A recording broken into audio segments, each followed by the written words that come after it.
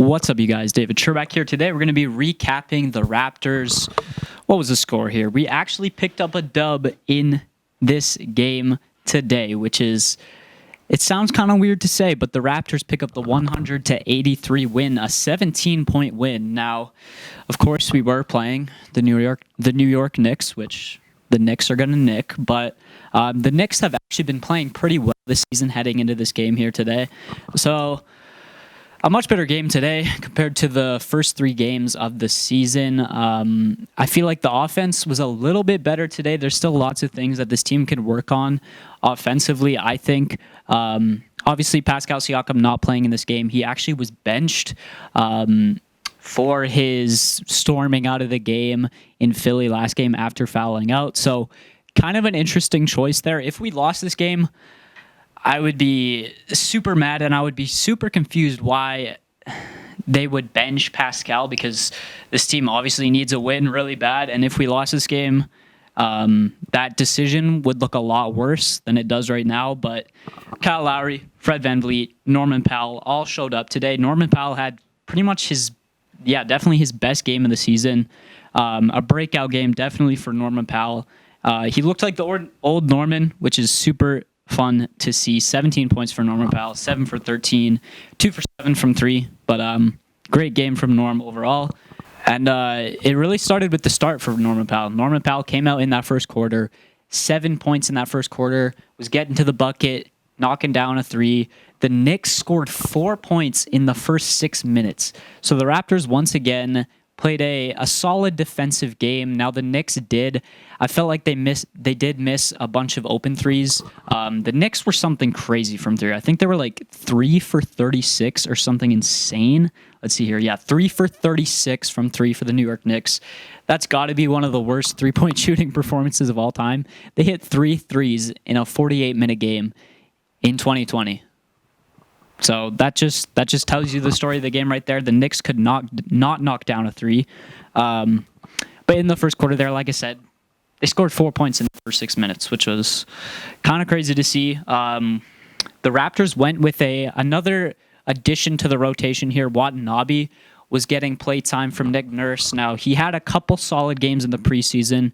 I feel like he had a solid game here today. Brought some energy, didn't score the ball, but that's not really what you need him to do. He brought energy, which is what Nick Nurse wants to see from Watanabe.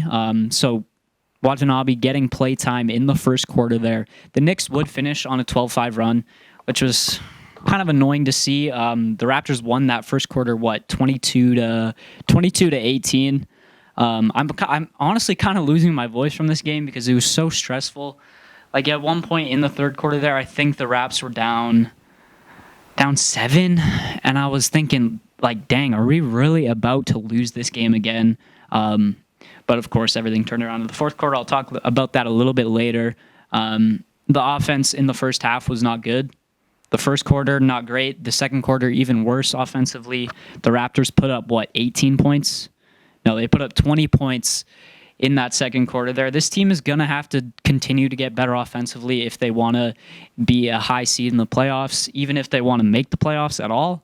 The Raptors shot 36% from the field in the first half, 26% from 3, 9 turnovers in the first half. This team, it's so hard for this team to score in the half court. Like, if it's not something in transition, it takes a lot of energy. And it's just really difficult to get an open shot and get a quality shot for this team, which is kind of annoying to see. In the fourth quarter, obviously it was better, but once again in the first half, 36%, like I said, from the field, not good. Just not good. Baines was not good in this game at all. I wrote that down because there was countless times where I feel like Baines has not been good defensively this season at all. Like, compared to Serge Ibaka, obviously Baines isn't like a shot blocker. But even with someone like Marc Gasol, who doesn't have extreme athleticism, he's not really a shot blocker. He knows how to play the angles, and he's a smart defender. Baines has not really showed that. I feel like he was late on a lot of defensive rotations in this game, leaving people wide open in the paint. I just don't really like what I've seen from Baines. What did he have tonight? 3 points?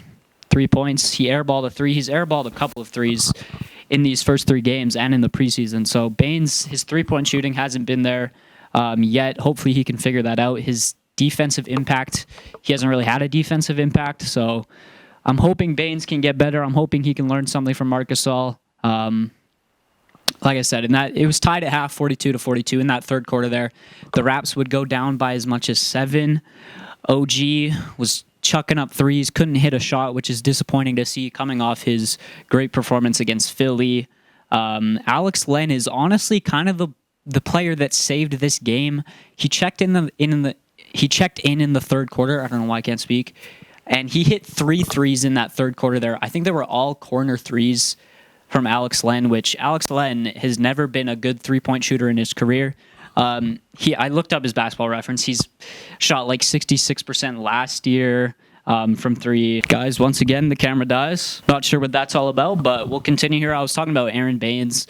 Like I said, not a great three-point shooter, but this man came in and hit 3 threes in the corner tonight. That was huge in the third quarter. 8 straight points by Norm in the third quarter, and I believe after the third quarter, the Raptors won that quarter by 7. So the Raptors were up 7 heading into the fourth. I was begging that they don't blow this lead. It looked kind of scary at the start of the fourth there when the Knicks cut it to 3. But, yeah, there was one point in this game where Fred hit a 3, Boucher hit a 3. That put the Raptors up by 9. New York calls a timeout. And there's 7 minutes left with a 9-point lead. And I thought this was probably the most important part in the game. Up 9 with 7 minutes left. Could the Raptors keep this lead? I was really nervous to see, but they did it. They went on a 19-2 run from that point and extended the lead to 20. The Raps were up by 20, which was insane to see.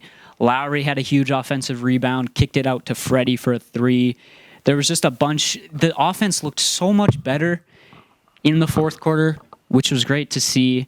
Once again, the Knicks couldn't hit open shots. I feel like the defense could have been better. Even though the Knicks scored 83 points, they had a bunch of open shots. They just couldn't hit them.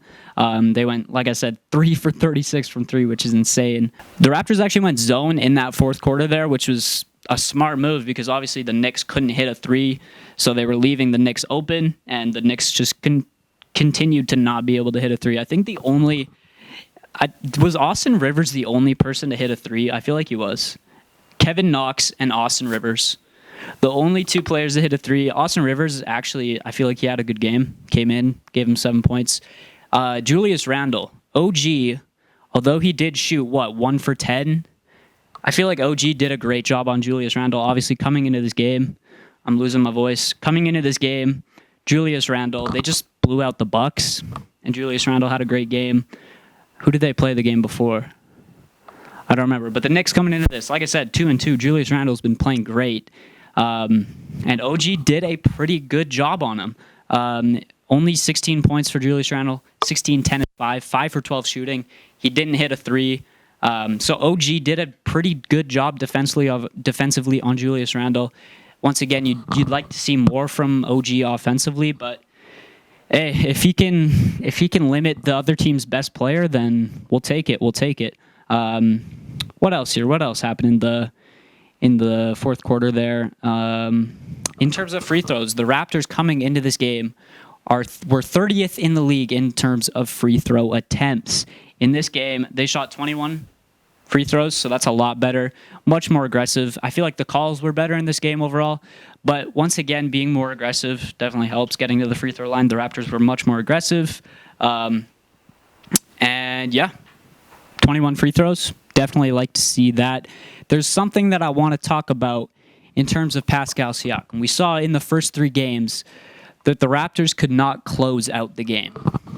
And the Raptors were able to close out this game. Keep in mind it is against the Knicks, but still, the Raptors successfully closed this game.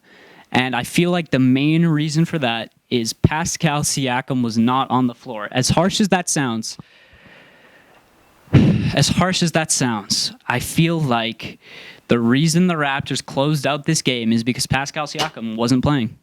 Pascal, in the first 3 games, was frustrated, and the team fed off that frustrated attitude. Pascal in those first 3 games was rushing things, turning the ball over, missing shots, getting frustrated with the calls. We saw it against Philly, fouling out, leaving the court. And I feel like without him on the floor, Fred, Norm, Lowry, I feel like they took over and their calm demeanor took over. I mean, Lowry doesn't really have a calm demeanor, but I feel like, do I want to say, no, I'm not going to say this team's better without Pascal, but I feel like the team's attitude tonight was better with Pascal not playing. I see people talking about wanting to trade Pascal. That's I don't know. Are we going to trade for Harden? I don't really want to. If anything, I just want to see how this team can do. I feel like right now we're looking at a solid 7 seed. The Raptors, just offensively, they're not great. Defensively, they're fine, but like, do we blow it up? Do we tank? Do we trade Pascal? Because obviously you're going to have to throw someone else in that deal with Pascal if you want to get James Harden. Probably OG, maybe Fred, maybe Norm, maybe some other young pieces, TD. So we'll see what happens with Pascal. I'm hoping next game against the Pelicans he can come out and have a great game and not get frustrated, because when Pascal's frustrated, he rushes things, he turns the ball over, he misses shots, he takes bad shots, and it's just not good for the team. It's not good for the team morale. And like I said, without him on the floor, the Raps were actually able to close this game. And overall, a pretty good game by the Raptors tonight. I'm not going to overreact to this because it is against the New York Knicks, and the Knicks couldn't hit an open shot to save their life, so I'm not going to overreact. They probably had one of the worst three-point shooting performances in NBA history. So the Raps take the win. Nonetheless, they improved to 1-3. We play the Pelicans next, so hopefully we can do better than we did in the first game there, and hopefully pick up the dub and get back to our winning ways. If it's great to see this team win a game. It's weird not seeing this team win games. They're just so used to winning that the first 3 games 0-3, like it's just super weird to see. So it's definitely great to see this tonight. Hopefully we can carry this momentum, and hopefully this gives the team confidence. The confidence has not been there, but hopefully this does it. Hopefully this gives confidence to guys like Norman Powell. OG had a bad game, but hopefully he can step up next game. Fred was actually great tonight. I didn't really talk about Fred. Fred had 25, 5 and 7, pretty efficient. Lowry was great, 17-4 27-4 for Lowry.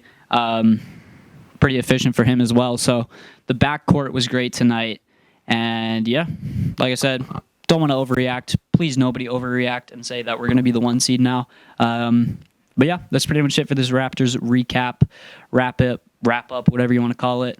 And hopefully you guys enjoyed this video. If you did, make sure to leave a like, make sure to subscribe, and I'll see you guys in the next video. Peace.